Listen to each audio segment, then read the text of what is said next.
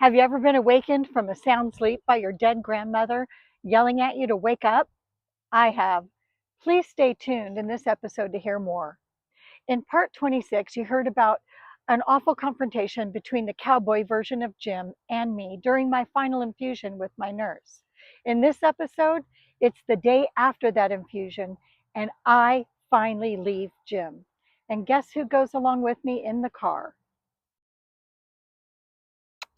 Look. Hi, I'm Sarah Wilder, and this is part 27A of Surviving the Man I Married. We're loosening things up. I'm outside. I've got the dogs. It's windy. There's traffic. There's airplanes. I hope it's not a hot mess and you understand the words I'm saying because I'm tired of being indoors. In Illinois, northern Illinois, winter is 7 months long, and I've sprung the coop, and I'm not sure I'm going back in. Okay, so as had been my practice ever since the events of Father's Day, when my life was nearly lost due to a poisoning by Jim, I stayed awake until Jim went to work the next morning. And I've said this before. He left for work at 4:15. I would set my alarm. I would go to sleep the minute I heard his truck pull out.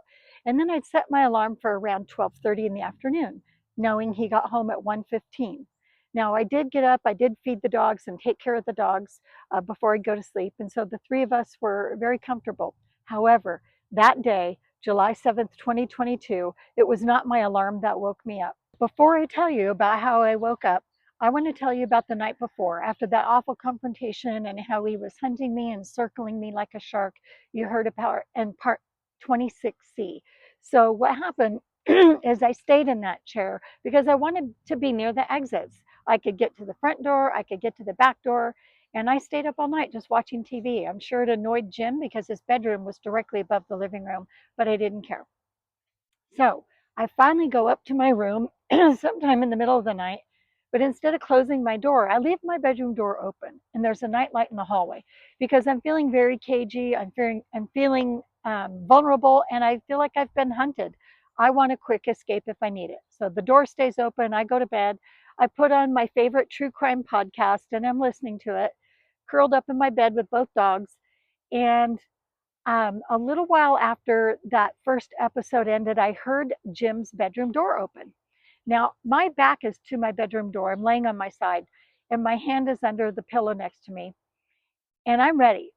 I'm not asleep. I'm listening to the podcast. I don't have any plans on sleeping, but I want to be in my bed and be comfortable. But I hear him pause in my doorway, and I can sense because I can open my eyes. He can't see my face. And I see him blocking the nightlight from the hallway, and he's standing in the doorway. And I can feel him staring at the back of my head. I don't know what he's going to do. My hand is under the pillow, clutched on an open knife, and I have my phone. So then he leaves. He goes back to his room, and I relax a little. But now I'm even more on guard, more on watch. I'm edgy. I'm nervous. He does this three more times. So, four times during the night, that haunted man comes to my room across the hall, stands in my doorway, pauses while staring at me, thinking God knows what. I don't know how to get rid of me, how to end my life without making it look like he did anything. The food allergy tactic didn't work. I survived. Against every odd, I survived. So he's probably concocting some other method to rid himself of me once and for all. But he doesn't do it. Thank God. He goes to work. I go to sleep. It must have been, I think, around 9:30 in the morning. I'm sound asleep. His truck had left at 4:15. I'm in a deep sleep. I hear, get up now. He's coming back home from work early to finish what he started. And I sat bolt upright in bed. I gasped for air loudly. I pop my eyes open and I look around, and my dogs are startled. I sat up straight up so quickly. And instantly I notice my heart is pounding, the veins in my neck are throbbing, and there's like a buzzing all over my body. And I know in my heart that was my dead grandma. I called her Noni. She was from Italy, and she was warning me. That was a wake up call. I knew exactly what to do. I grabbed those dogs. I buzzed around that house, packed everything I could into every square inch of that Subaru Crosstrek. I put those dogs, my little Dolly and Rosie, into their car seat, strapped them in, and it was like they were on this cozy, upholstered little oasis in a sea of lavender scented luggage. Kitchen garbage bags.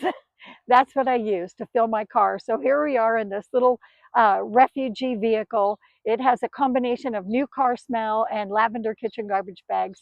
And we are leaving the house. And I'm telling you, in 45 minutes, I packed up everything I felt like I needed. And the entire time, I will tell you, it felt like a buzzing all over my skin, like I was personally in a bubble of energy and electricity. And I moved fast, smoothly, efficiently. And I was absolutely confident in every move I was making. It was an extraordinary feeling, almost like some other force, or maybe more of my soul, more of my higher self just crammed inside of me and got the job done. We were evacuating under emergent circumstances. You know, I've heard it said that you never pack the things you think you're going to when you're in an emergency and you have to suddenly leave your home. And that was true for me too. And in fact, I left no EpiPen behind. I packed them all and took them with me.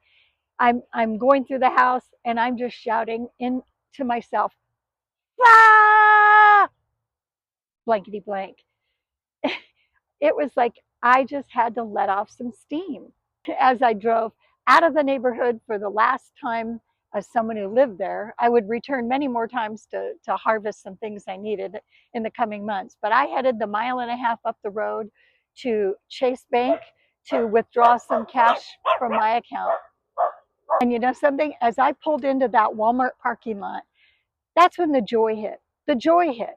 I mean, I could barely feel myself sitting in the car. I was at Chase Bank at one end of the parking lot where Walmart was located, and I could literally look to my right and see Jim's truck parked in the employee space. As I pulled into the drive up, I withdrew $1,000 in tens, 20s, and fives.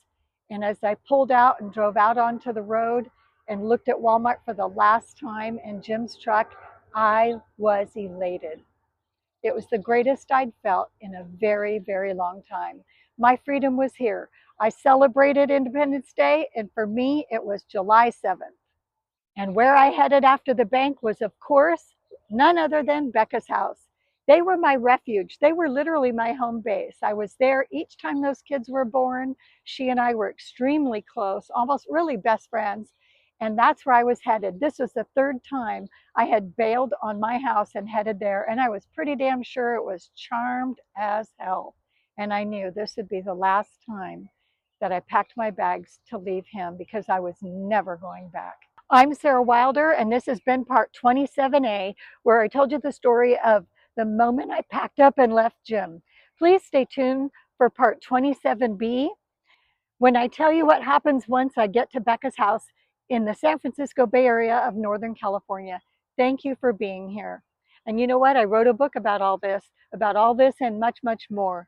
If you want to help me work towards getting that book published, please, I appreciate you commenting, liking, bookmarking, and sharing my videos. Thank you, and stay tuned.